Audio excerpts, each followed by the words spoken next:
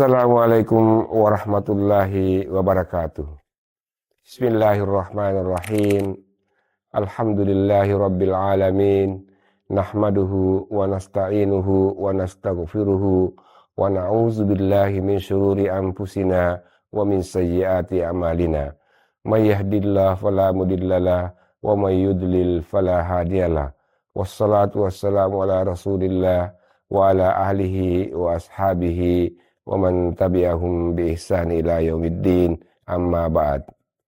Pertama-tama marilah kita memanjatkan puji dan syukur kehadirat Allah Subhanahu wa taala atas segala nikmat yang diberikan kepada kita sehingga kita masih diberikan kesehatan, kekuatan di dalam menjalankan ibadah puasa pada bulan ini. Selawat dan salam atas junjungan Nabi besar Muhammad SAW. Begitu pula kepada seluruh keluarganya dan sahabat-sahabatnya dan para pengikutnya. Dalam bulan Ramadan ini, selain kita diwajibkan berpuasa selama sebulan penuh, kita juga diwajibkan membayar zakat. Apakah itu zakat fitrah atau zakat mal? Zakat fitrah adalah zakat yang wajib dikeluarkan oleh setiap muslim pada akhir bulan Ramadan dan sebelum hari raya Idul Fitri. Sementara zakat mal adalah zakat harta yang harus dikeluarkan zakatnya jika sudah mencapai nisab dan haulnya, yaitu 2,5%. Dan satu lagi jenis zakat yang juga banyak dibahas para ulama-ulama fikih, yaitu zakat profesi atau zakat penghasilan, terutama bagi mereka yang berpendapatan tinggi setiap bulan, lebih dari kebutuhannya. Misalkan berpenghasilan lebih dari 10 juta atau 20 juta per bulan dan memiliki miliaran rupiah di bank yang tidak pernah digunakan. Semua ini harus dibayarkan zakatnya. Jadi dalam bulan Ramadan ini ada 3 rukun Islam yang kita lakukan secara bersamaan, yaitu kewajiban salat, kewajiban puasa, dan kewajiban membayar zakat. 3 kewajiban ini harus berjalan semuanya. Dan jangan sampai ada yang puasa selama bulan Ramadan tapi tidak bayar zakat dan tidak salat, atau bayar zakat dan puasa tapi tidak salat. Jika misalnya di antara kita ada yang demikian, maka sebaiknya kita mengajak secara baik-baik agar semua dapat berjalan dengan baik. Secara sederhana, zakat adalah mengeluarkan sedikit dari harta atau kekayaan atau rezeki yang Allah berikan kepada kita untuk dibagi kepada saudara-saudara kita yang membutuhkannya dengan ketentuan yang sudah ditetapkan dalam fikih Islam. Misalnya jumlah yang harus dibayarkan dalam zakat fitrah dan jumlah yang harus dibayarkan dalam zakat mal. Begitu juga siapa-siapa yang berhak menerima zakat itu sebagaimana yang dijelaskan dalam fikih Islam. Tetapi ada hal penting yang patut kita renungi dan hayati terkait dengan kewajiban zakat ini.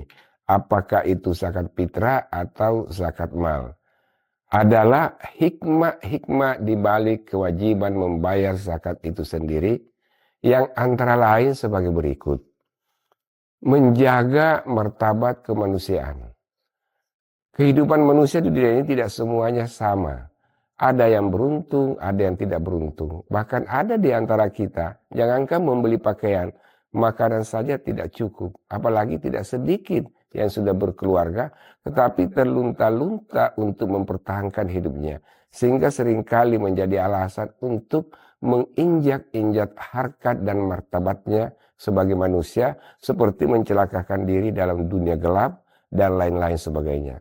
Nah, zakat di sini bertujuan untuk menjaga martabat manusia, karena dengan zakat yang dibagikan kepada mereka secara profesional akan sangat membantu kehidupan mereka yang tidak beruntung. Dan disinilah pentingnya zakat dikelola dengan baik agar salah satu tujuannya yaitu menjaga martabat manusia dapat terwujud. Kemudian mengikis egoisme, individualisme, dan hedonisme.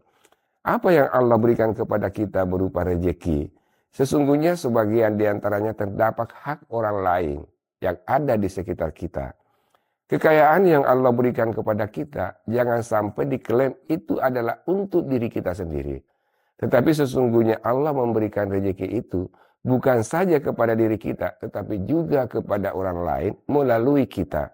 Karena itu kita harus menyadari bahwa harta yang kita miliki sebagiannya terdapat orang lain. Dalam Al-Quran disebutkan, wa fi amwalihim haqqun lis-sa'ilina wal mahrum. Dan pada harta benda mereka ada hak untuk orang miskin yang meminta dan orang miskin yang tidak meminta. Orang-orang yang secara komitmen membayar zakat hartanya menunjukkan bahwa orang dimaksud adalah orang yang solidaritasnya tinggi, memiliki empati kepada orang lain, tidak egois dan tidak individual. Berbeda dengan yang tidak mempedulikan membayar zakat hartanya, mereka pasti akan merasa bahwa semua itu adalah miliknya, sehingga secara tidak sadar mereka berlaku sombong, angkuh, dan hidup yang poya-poya.